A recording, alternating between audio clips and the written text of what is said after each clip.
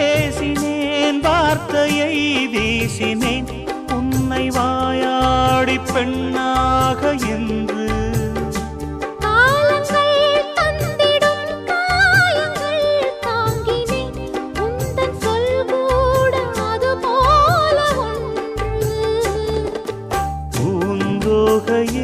சொன்ன என் வார்த்தையே உன்னை அறியாமல் நான் சொன்ன மொழிதானம்மா.